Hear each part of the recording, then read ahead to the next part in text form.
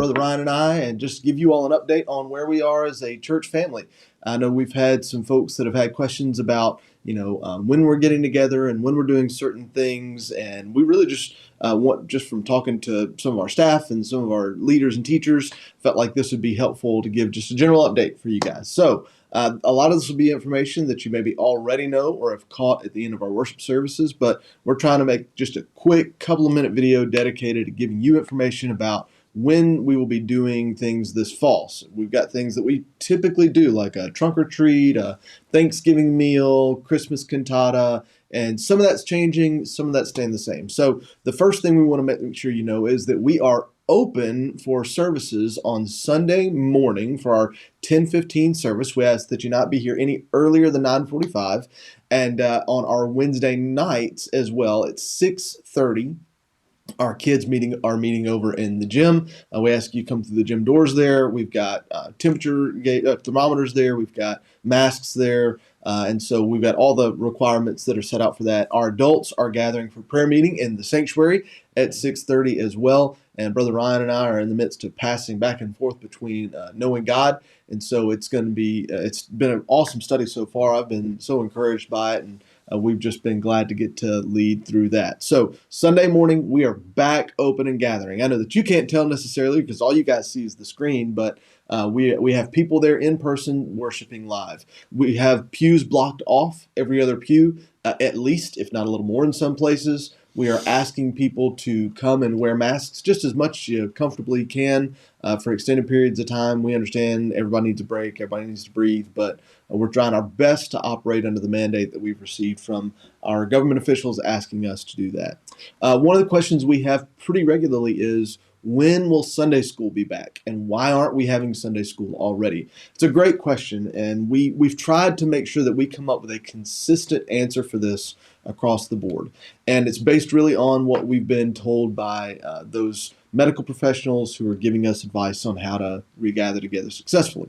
So number one, it's what we ask the question, what are the things that we are asked most blatantly not to do because we know that it is a prime environment for COVID spreading, and that's to be in small rooms that are unventilated primarily with a larger number of people, so that's more than 3 or 4 people, for an extended period of time longer than 15 minutes. So they say anything less than 15 minutes with just a couple of people in a room with ventilation, you should be fine. Well, Sunday school is typically more than 4 or 5 people in a confined space for upwards of an hour or so.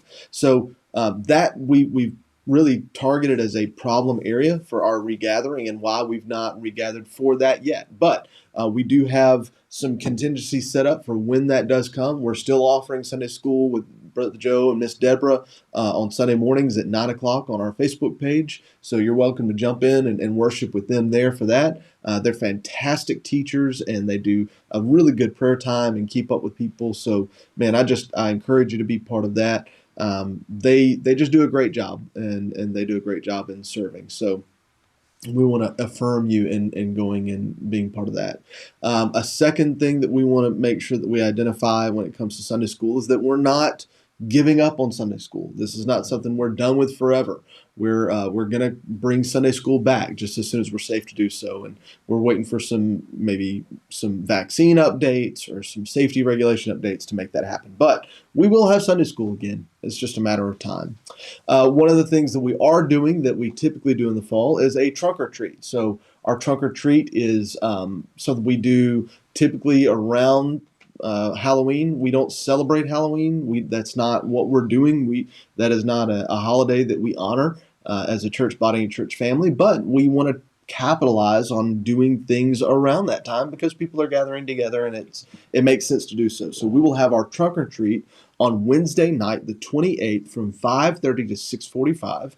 Instructions for that have been given already. I'll give you just briefly. You're going to come up South 2nd Avenue, and we're going to enter on the Burt Street parking side of the west parking lot, and then we'll pass through and exit on 3rd Avenue going back out. So we'll have more details as that gets a little bit closer here in the next week or so.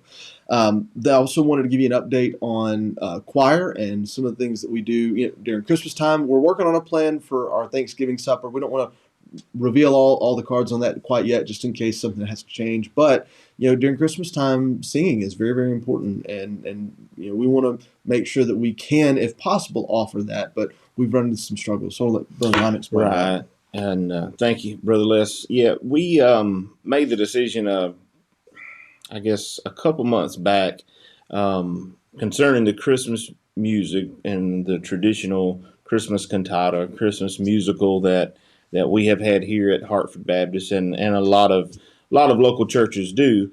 In order to present a well put together musical, it's imperative that you practice at least 3 months leading up to that particular time. So normally, I don't want to be starting practice any later than September.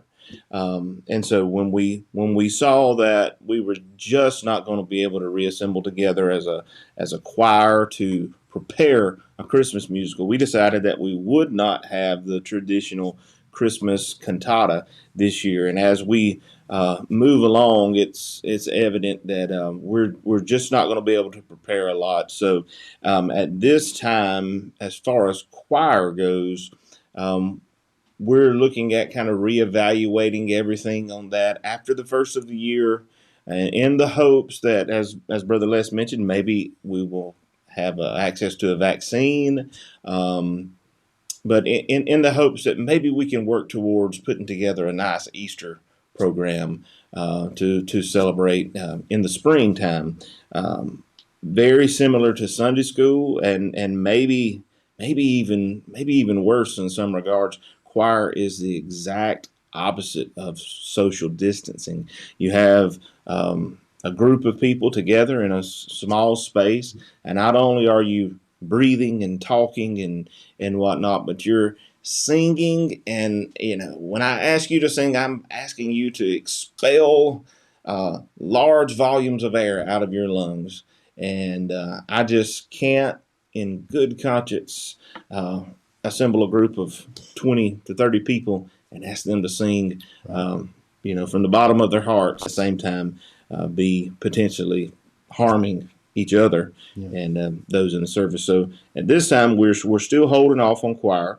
Don't, in the same vein as Sunday school, don't think we're doing away with choir.